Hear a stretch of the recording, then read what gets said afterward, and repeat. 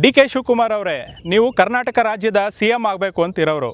ನೀವು ಕೇವಲ ಬರೀ ಬೆಂಗಳೂರು ಮತ್ತು ರಾಮನಗರನ ಇಡೀ ರಾಜ್ಯ ಅನ್ಕೊಂಬಿಟ್ಟಿದ್ದೀರಾ. ಉತ್ತರ ಕರ್ನಾಟಕ ಎಲ್ಲ ಅಭಿವೃದ್ಧಿ ಮಾಡಬೇಕು ಅಂತ ಹೇಳಿ ನಿಮ್ಮ ಗಮನಕ್ಕೆ ಬರ್ತಾ ಇಲ್ವಾ? ಡಿ ಕೆ ಶಿವಕುಮಾರ್ ಅವರೇ, ಇದು ಪ್ರಜಾಪ್ರಭುತ್ವದ ದೇಶ.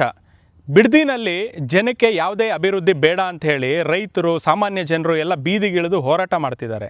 ಅವ್ರಿಗೆ ಬೇಡದೇ ಇರತಕ್ಕಂಥ ಟೌನ್ಶಿಪ್ನ ನೀವು ಬಲವಂತವಾಗಿ ಯಾಕೆ ಮಾಡಬೇಕು ಅಂತಿದ್ದೀರಾ? ಈ ದೇಶಕ್ಕೆ ಸಂವಿಧಾನ ಕೊಟ್ಟಿದ್ದು ನಾವು, ಈ ದೇಶಕ್ಕೆ ಸ್ವಾತಂತ್ರ್ಯ ಕೊಟ್ಟಿದ್ದು ನಾವು ಅಂತ ಹೇಳ್ಕೊಳ್ಳೋವಂಥ ಕಾಂಗ್ರೆಸ್ ಪಕ್ಷದವರು ಜನರನ್ನು ಒಕ್ಕಲೆಬ್ಬಿಸಿ ನೀವು ಮಾಡೋವಂಥ ಅಭಿವೃದ್ಧಿ ಯಾರಿಗೋಸ್ಕರ ಬೇಕು? ಇದು ಪ್ರಜಾಪ್ರಭುತ್ವನ? ಬೆಂಗಳೂರು ಯಾವತ್ತೋ ಗ್ರೇಟರ್ ಆಗಿತ್ತು, ನೀವು ಗ್ರೇಟರ್ ಬೆಂಗಳೂರು ಮಾಡಿದ್ರಿ, ಈಗ ಗಾರ್ಬೇಜ್ ಬೆಂಗಳೂರು ಆಗಿದೆ. ವಲಸೆ ತಡಿತಾ ಇಲ್ಲ. ಮಳೆ ಬಂತು ಅಂತ ಹೇಳಿದ್ರೆ ಮರಗಳು ಉರುಳು ಬೀಳ್ತಾ ಇದೆ, ರಸ್ತೆಗಳಲ್ಲಿ ಪ್ರವಾಹ ಹರಿತಾ ಇದೆ.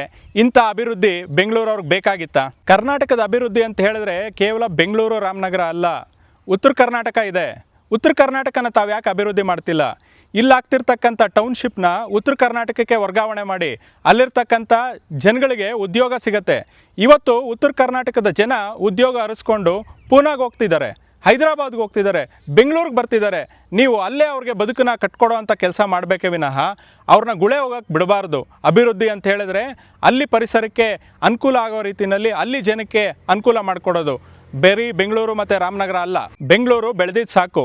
ಬೆಂಗಳೂರಿನ ಶ್ರೀಮನ್ ಮಹಾರಾಜ ನಾಲ್ವಡಿ ಕೃಷ್ಣರಾಜ ಒಡೆಯರ್ ಅವರು ಇದ್ದಾಗಲೇ ಅದು ಭಾಳ ಅಭಿವೃದ್ಧಿ ಹೊಂದಿತ್ತು.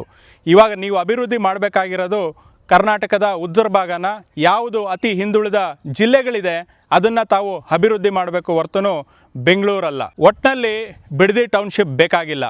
ಇದೇನಾದರೂ ಆಯಿತು ಅಂತ ಹೇಳಿದ್ರೆ ಅಲ್ಲಿರ್ತಕ್ಕಂಥ ರೈತರು ಬೀದಿಗೆ ಬೀಳ್ತಾರೆ, ನಿರ್ಗತಿಕರಾಗ್ತಾರೆ.